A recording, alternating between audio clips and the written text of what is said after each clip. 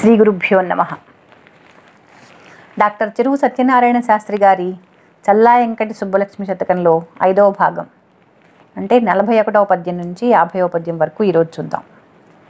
41వ పద్యం.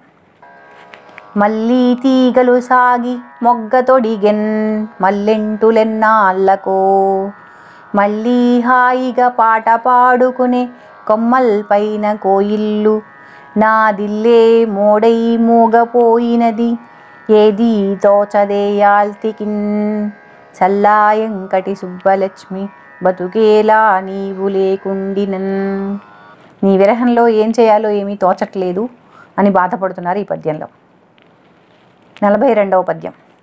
పిల్లా ఎంతటి ప్రేమ నా పైన, నువ్వెళ్ళాక నాకేవి సింతల్లేకుండను చేసి, నా మనసు నెల్తాయల్త నువ్వు తీసుకునే ఎల్లుంటావు, మరింక బాధపడ్డానికేముంది నా బొంద, నా చల్లా వెంకటి సుబ్బలక్ష్మి.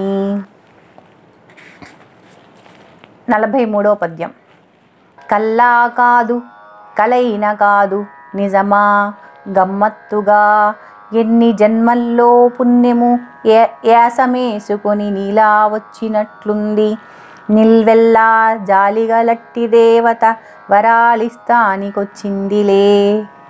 వెళ్ళిపోయిన ప్రేయసి మళ్ళీ తర్వాత రోజు తిరిగి వచ్చినప్పుడు ఆనందాన్ని వ్యక్తం చేస్తున్నారు ఈ పద్యంలో.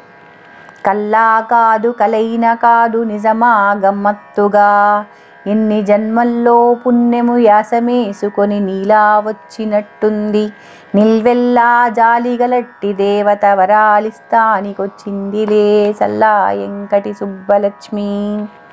44వ పద్యం.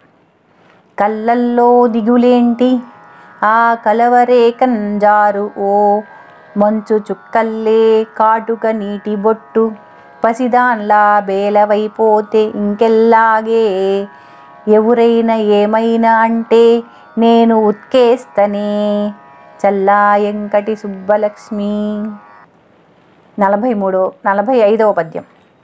తల్లి తండ్రుల మాటకుందిరుగులేదా, బయటకెళ్తానికే లేదంటే మరింక నేను బతికేదెట్లాగే, చెప్పెయ్యవే సల్లంగా మన సంగతంతా, నువ్వు ఇష్టంగుంటే కాదంటరా, చల్లా వెంకటి సుబ్బలక్ష్మి.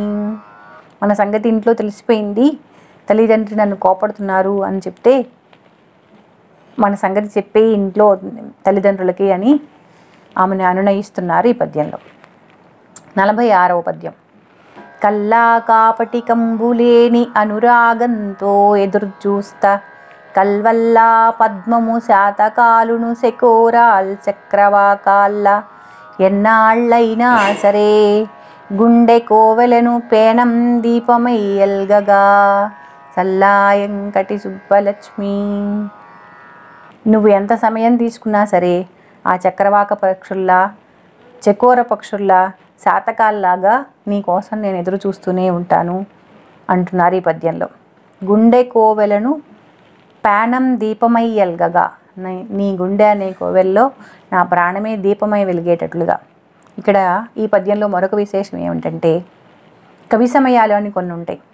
అవి లోకంలో నిజంగా అలాంటివి ఉన్నాయో లేవో తెలియదు, కానీ కవులు మాత్రం కొన్నిటిని సృష్టిస్తారు. వాటినే కవి సమయాలు అంటారు. ఉదాహరణకి ఈ చక్రవాక పక్షులు, చాతక పక్షులు, చకోర పక్షులు. ఈ చకోర పక్షులు వర్షం పడినప్పుడు మాత్రమే ఆ వర్షపు నీటిని, భూమి మీద పడితే ఆ నీరు తాగవట, వర్షపు నీటిని మాత్రమే ఆకాశంలోనే దాహంగా తీసుకుంటాయట. అలాగే చకోర శాతకాలు వెన్నెలను ఆహారంగా తీసుకుని బతుకుతాయట. అలా అవి ఏ విధంగా అయితే వర్షం కోసం వెన్నెల కోసం ఎదురు చూస్తూ ఉంటాయో, నీ ప్రేమ కోసం నువ్వు నన్ను వివాహం చేసుకుంటావు అనే మాట కోసం నేను అలా ఎదురు చూస్తూ ఉంటాను అంటున్నారు ఈ పద్యంలో. 47వ పద్యం. పెళ్ళీడొచ్చినదంట కాల్ బయటికే పెట్టంగరాదంట, కుర్రాళ్ళె ఉళ్ళతో ఊసులాడినను నేరం వంట, తోటల్లో దొడ్లల్లో గాని సికారుకెళ్తే తగదంట, ఎంత తంటాయనే, చల్లా వెంకటి సుబ్బలక్ష్మి. 48వ పద్యం. కల్లోనైనను ఇంత కష్టముగా పల్కన్ వద్దు ఎన్లేను జోకుల్లోనైనను ఇట్టి ఊసులనకే కొట్టాను నీ అవ్వ నా సల్లాయంకటి సుబ్బలక్ష్మికి మరో సంబంధమా ఎవ్వుడే. సల్లాయంకటి సుబ్బలక్ష్మి అమ్మాయికి వివాహం కుదిరిందని ఇంకెవరితోనో వివాహం చేయబోతున్నారు తల్లిదండ్రులు అని చెప్పగానే తన రియాక్షన్ ఇలా ఉందన్నమాట. 49వ పద్యం. బుల్లి ఊరుకో ఎందుకింతగను ఏడుస్తాది ఏమైందే నా తల్లి ఉత్తినే వాగిన ఎదవనై తప్పైంది నా కంటి జాబిల్లి ఏమైనాదే చెప్పదగన పేమంటే ఈ మోస్తరా సల్లాయంకటి సుబ్బలక్ష్మి బతుకేలా నీవు లేకుండినన్.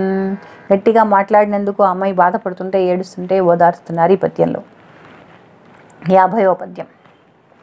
ఎల్లా చెప్పను నీకు నన్నెవురికో ఇస్తుండు నా తండ్రి నేనెల్లా కాదని రచ్చకెక్కనుర తండ్రి తల్లి శాసిత్తే ఇంకెల్లా గుండను నిన్ను వీడి మరి నాకేడ్పే గదాయంటవే సల్లాయంకటి సుబ్బలక్ష్మి బ్రతుకేలా నీవు లేకుండినన్. ధన్యవాదాలు.